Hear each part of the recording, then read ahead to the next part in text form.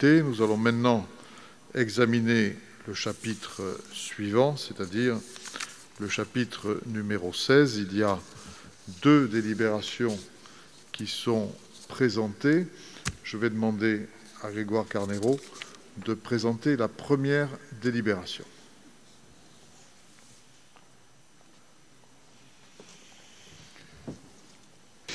Merci, Président. Alors, je voudrais d'abord vous donner quelques points de repère parce que nous avons parlé en rue tout à l'heure et je crois que c'est toujours bon d'avoir quelques chiffres présents à l'esprit. La phase qui s'achève dans rue de renouvellement urbain, donc c'est un partenariat entre l'État, l'agence de renouvellement urbain, qui est une agence d'urbanisme, et également la métropole, c'est environ 700 millions d'investissements, dont 170 à charge de la métropole et 150 pour l'ANRU. La phase qui commence pour les 10 prochaines années, c'est 260 millions pour l'État, 320 millions pour la métropole et environ 1 milliard d'investissements. Et c'est dans ce cadre-là que se situe cet aménagement des allées de Bellefontaine.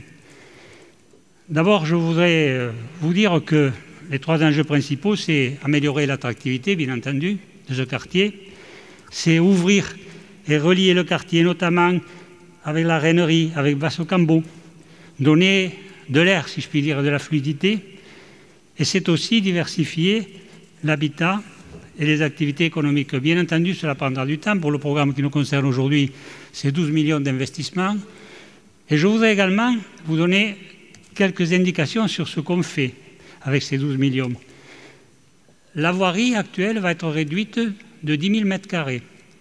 Et ces 10 000 mètres carrés vont être consacrés à de l'espace vert. L'aménagement total, c'est 5,5 hectares, 55 000 mètres. Et donc, on récupère de la voirie pour en faire des espaces verts et des modes doux. Sur les 12 millions investis, le réaménagement de la route, qui est désarticulée, si je puis dire, rétrécie, donc il faut la réaménager, représente 50%, environ 50 à 55% de l'investissement total sur les 12 millions. S'agissant des modes doux, piétons, cycles, qui permettent de donner de l'air à ce quartier, c'est 45 à 50% de l'investissement. Vous voyez à quel point l'effort qui est fait en matière de modes doux est considérable dans ce programme. Je terminerai en vous disant que finalement, c'est un très très bel exemple de réalisation de renouvellement urbain et comme à Colomiers, Toulouse s'inscrit dans cette démarche. Nous avons 2 villes métropolitaines, Colomiers et Toulouse, qui font l'objet de ce type de réaménagement. C'est un beau projet. Nous l'avons traité d'ailleurs en commission le 1er juin abondamment et il y a eu de nombreuses interventions. Et j'ai ici une page complète de la concertation qui a été faite s'agissant de ce programme. Je sais, Madame Morin, que vous allez nous dire ce que vous m'avez dit en commission, et c'est bien normal, qu'il faut peut-être revoir un petit peu certains aspects. Nous sommes au niveau de l'avant-projet. Néanmoins, on vous a répondu, pour ce qui est de l'aménagement d'une partie où il y a de la déclivité, que c'était un petit peu plus difficile qu'ailleurs. Vous l'avez entendu, je suppose. Donc je vous confirme, effectivement, après avoir regardé le dossier, que c'est un petit peu plus difficile qu'ailleurs de créer une circulation parfaite pour les personnes à mobilité réduite dans certains mètres carrés de cet espace. Merci. Y a-t-il des souhaits d'intervention? Madame Morin, la parole est à vous. Oui, je note avec satisfaction que Grégoire Carnero m'a entendu, mais mon intervention va peut-être être plus générale parce qu'il y a quand même des problèmes récurrents que nous retrouvons régulièrement. Donc tout d'abord, je souhaite noter l'intérêt d'une requalification de l'espace urbain autour du métro Bellefontaine. Mais encore une fois, ce projet se construit, quoi qu'en dise mon collègue, sans la majorité des habitants et usagers du site. Aucun des amis et connaissances que nous avons dans le quartier n'était au courant de ce projet.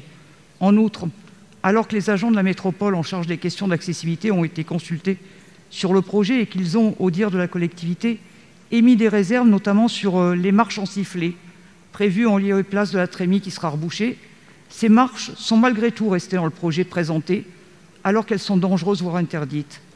Il est inquiétant que les alertes sur l'accessibilité passent régulièrement à la trappe et que les questions budgétaires prennent régulièrement le pas sur la qualité d'usage des réalisations de la collectivité. C'est une vision à court terme de l'aménagement de l'espace public qui est coûteuse à terme, car d'une part, elle oblige tôt ou tard à réaménager et elle produit de l'accidentologie quand elle ne dissuade pas nos aînés et les plus fragiles de sortir de chez eux. Alors qu'à contrario, quand les ingénieurs et urbanistes sont correctement formés à la conception universelle, à des espaces qui n'excluent personne, les surcoûts sont nuls ou quasiment. Certains penseront que cette intervention concerne finalement un point de détail, un élément mineur. Et pourtant, c'est la somme de détails considérés comme mineurs qui fait ou non la qualité d'un projet dans la durée. Donc je reste à disposition des services ainsi que toutes les associations représentatives pour qu'on puisse trouver ensemble les solutions, parce qu'il y en a des solutions, je vous l'affirme. Merci. Quelques éléments de réponse, Président. Oui. D'abord, je voudrais vous dire, Madame, que je partage votre sensibilité sur ces questions, et vous le savez, puisque nous avons travaillé ensemble pendant de nombreux mois pour rédiger une charte que le Président, d'ailleurs, a validée avec beaucoup de solennité et beaucoup de cœur. Et donc, je partage votre regard attentif sur ces questions. Néanmoins, je n'ose pas vous dire, mais il faut bien quand même rationaliser les choses de temps en temps. À l'impossible, nul n'est tenu. Il y a des espaces qui ne se prêtent pas à certains aménagements. Mais par contre, il faut en discuter. Je suis d'accord avec vous. Et c'est la raison pour laquelle nous reparlerons, nous sommes au niveau de l'avant-projet, des différents points que vous avez soulevés. S'agissant de la concertation, j'ai ici le résultat de cette concertation qui a été approuvée, vous le savez, le 12 juin 2019. Il y a alors une marche exploratoire réalisée le 5 septembre, un atelier de commerçants réalisé le 18 juin, un atelier avec le Conseil citoyen le 11 septembre 2018. Il y a ensuite une réunion publique qui s'est tenue le 16 octobre 2018.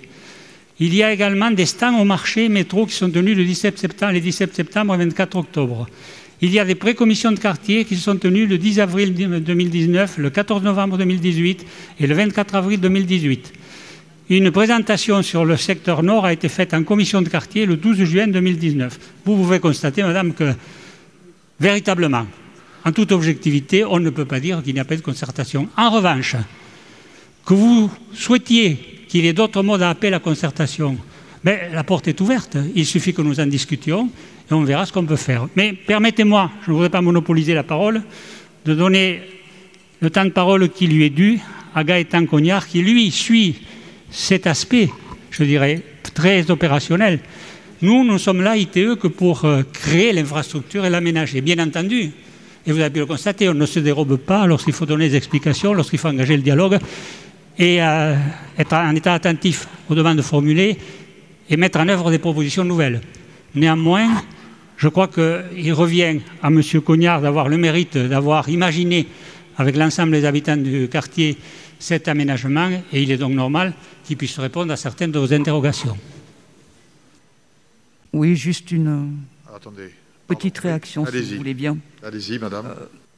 Je note avec satisfaction qu'il y a eu concertation. Enfin, ce qui serait intéressant, plus que le nombre de réunions, ce qui est intéressant, me semble-t-il, c'est plutôt le nombre de participants, parce que des réunions, il est facile d'en faire. On peut en créer, on invite quelques copains, on fait quelques réunions et tout va bien.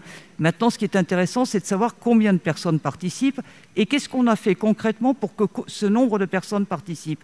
Et c'est ça que je souhaite voir à venir, c'est effectivement d'autres manières d'inviter les habitants à participer. Et vous savez qu'on est capable d'être force de proposition là-dessus. Vous n'avez qu'à voir ce qu'on a fait avec ce qu'a fait l'association Archipel avec la rue de Metz, où sans moyens, on a finalement concerté le double de participants. Donc je pense que vous avez tout intérêt à vous rapprocher de nous, et je note en tout cas avec satisfaction que vous souhaitez travailler avec nous. Je n'oublie pas l'invitation que vous m'aviez faite il y a quelques mois, M. Carnero, et je ne doute pas que vous allez la concrétiser, et je vous remercie.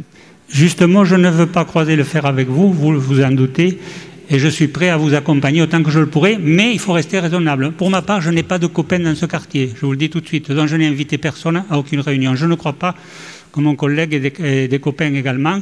En revanche, que le taux de pénétration de l'information était insuffisant pour des raisons qu'il convient d'analyser, c'est possible.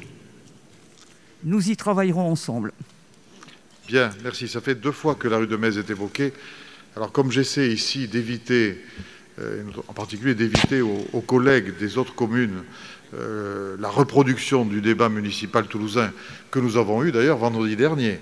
Bon, je regrette que de temps en temps, un certain nombre de conseillers, malheureusement, remettent des questions purement toulousaines. Alors je laisse passer, mais il y a un moment où c'est un petit peu trop. Donc ça fait 2 fois qu'il est question de la rue de Metz où nous sommes critiqués. C'est un projet municipal. Je vais demander à Julie Escudier de donner des éléments de réponse parce que, en tant que maire de quartier, elle a été au premier rang de cette concertation et de ce projet.